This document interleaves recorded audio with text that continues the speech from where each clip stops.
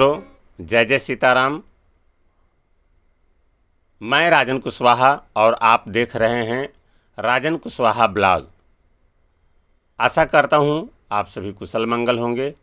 आइए आज हम अपने इस ब्लॉग वीडियो के माध्यम से आप सभी बंधुओं को मर्यादा पुरुषोत्तम भगवान श्री राम की पावन नगरी अयोध्या धाम के बारे में एवं अयोध्या और सरयू के महात्म गौरव गाथा के बारे में प्रकाश डालने का प्रयास कर रहे हैं। तो राजन कुशवाहा ब्लॉग देखने वाले सभी मित्रों को जय जय सीताराम।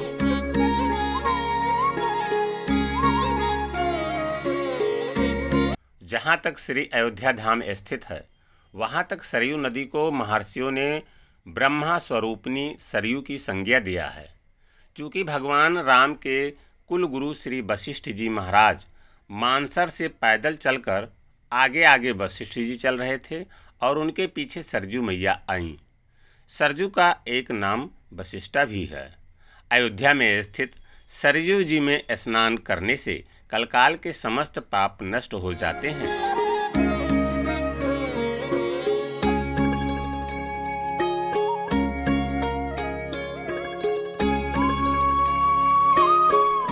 अयोध्या में ही सरयू स्नान से पाप क्यों नष्ट हो जाते हैं, इसका भी उत्तर है।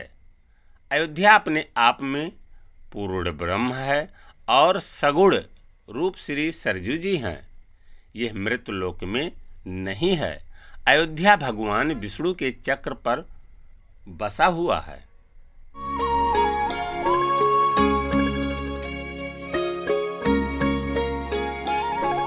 अयोध्या में रहने वाले भगवान विष्णु के तुल्य हैं।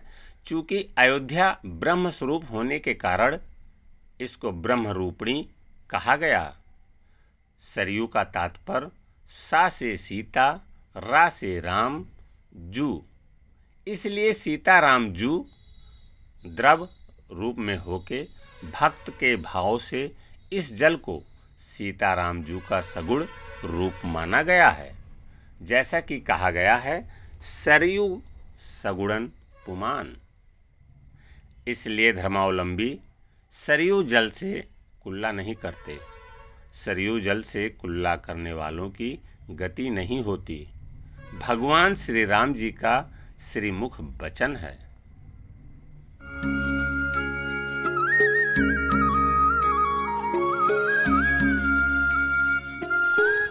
दोस्तों, जय जय सीताराम।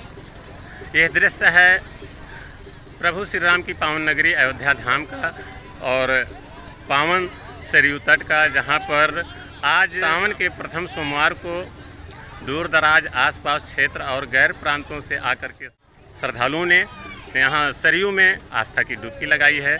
लोग पूजा अर्चन वंदन हवन कर रहे हैं, दान पुण्य कर रहे हैं और सरयू में स्नान ध्यान कर रहे हैं। सरयू नदी में श्रद्धालु मोटर बोट के जरिए सरयू नदी का भ्रमण कर रहे हैं और इस भ्रमण यात्रा का मनोरंजन का आनंद भी ले रहे हैं। एक ही चौपाई में अयोध्या और सरयू के महात्म का वर्णन श्री रामचरितमानस में गोस्वामी तुलसीदास जी ने किया है। जन्म भूम मम पुरी सुहावन, उत्तर दिश सरयू बह पावन। यह शब्द भी स्पष्ट करता है कि सरयू माता का महात्म अयोध्या में ही स्थित सरयू से संबंध रखता है।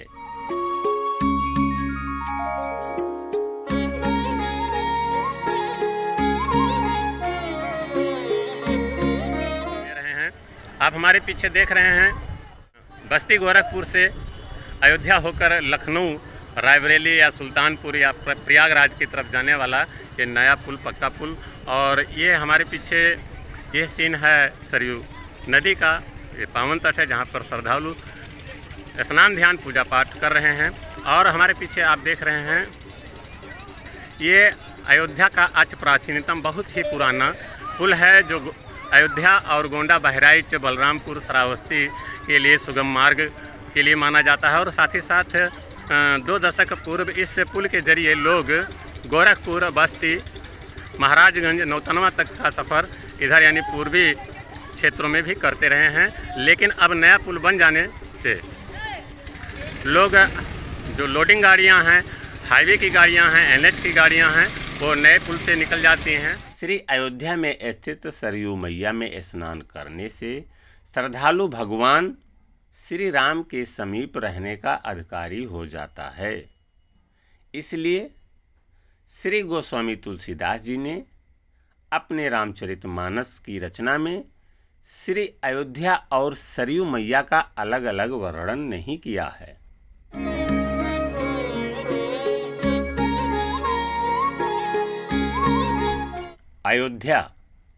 अयोध्या के कड़कड़ में राम और श्री राम के मन में राम नगरी बसती है।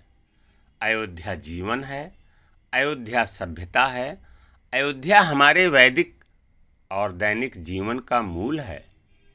अयोध्या त्रिदेव ब्रह्मा विष्णु महेश का समन्वित रूप है।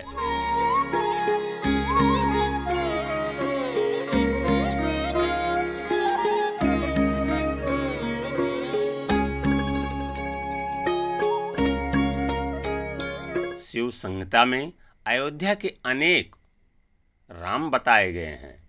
नंदिनी, सत्या, साकेत, कौशल, राजधानी, ब्रह्मपुरी और अपराजिता। स्कंद पुराण में अयोध्या शब्द के महात्म को समझाया गया है।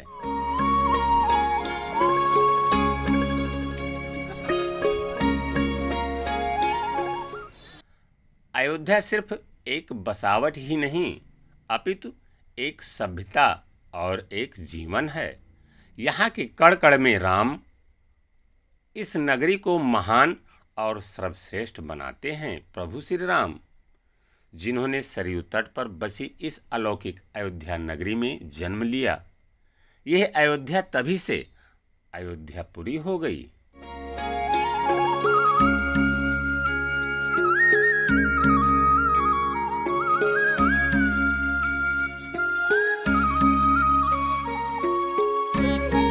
जय सीताराम।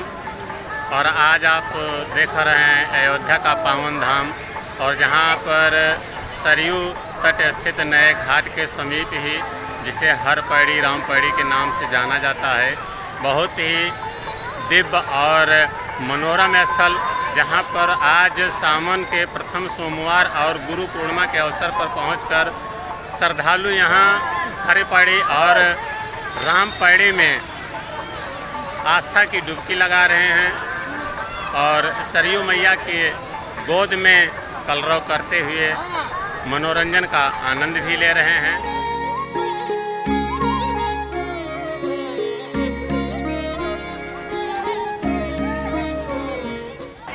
ये हमारे पीछे आप देख रहे हैं, ये दिव्य अयोध्या, पावन अयोध्या, और उत्तर प्रदेश के यशस्वी मुख्यमंत्री महंत योगी आदित्यनाथ के नेतृत्व वाली अयोध्या, जिसका हम लोग दर्शन कर रहे हैं। और आज इसी अयोध्या के पावन भूमि पर हम लोगों को परम सौभाग्य प्राप्त हुआ है कि यहाँ के कण कण में जो राम का अस्तित्व व्याप्त है, हम आज उसी पावन भूमि पर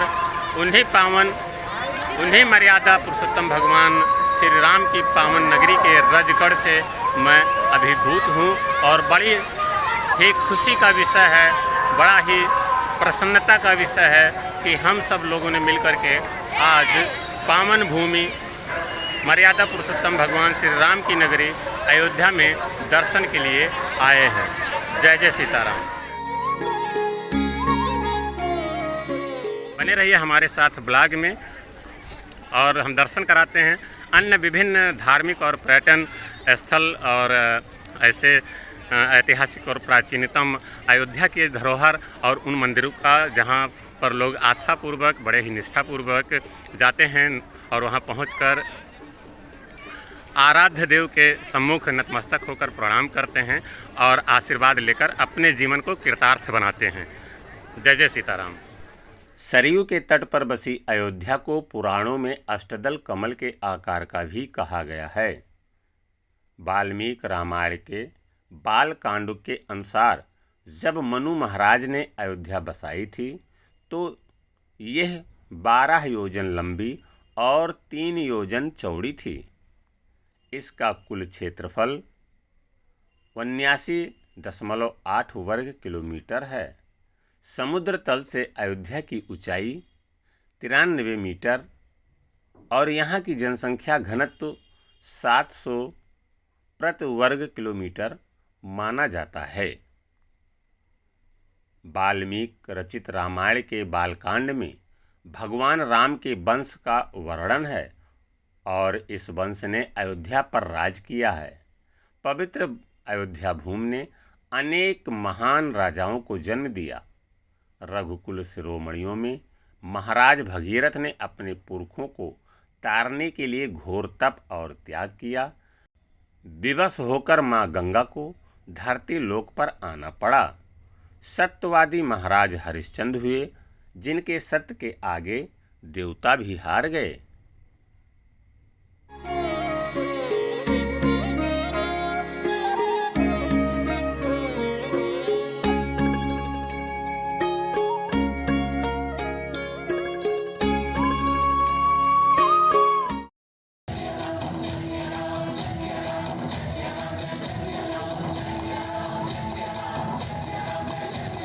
इस महान नगरी अयोध्या के नामकरण को लेकर कई पौराणिक कथाएं हैं।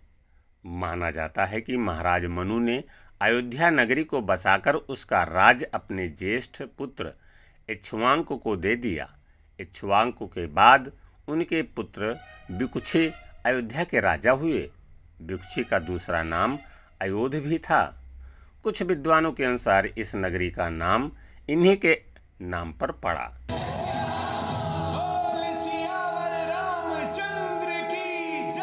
एक अन्य कथा के अनुसार अयोध्या को अवध, साकेत और विनीता भी कहा जाता है। प्राचीन काल से लेकर महाकाव्य काल तक अयोध्या बृहद कौशल राज्य की राजधानी रही है।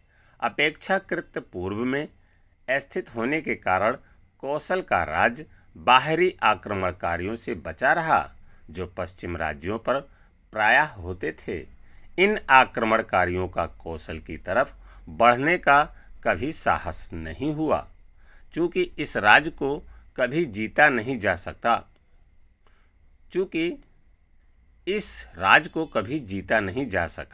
ये अजेय रहा है, लिहाजा इसे अवध कहा गया।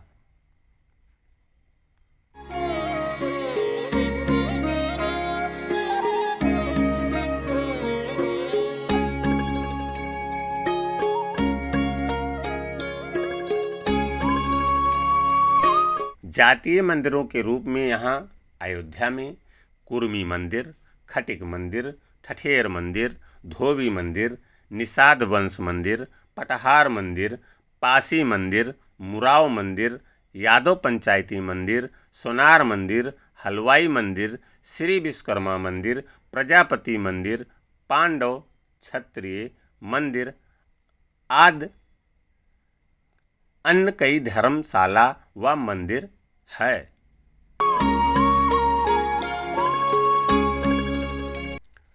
आमतौर पर अयोध्या में साल भर मौसम सुहाना रहता है, लेकिन यात्रा का सबसे अच्छा और सुगम समय अक्टूबर से दिसंबर के बीच का माना गया है।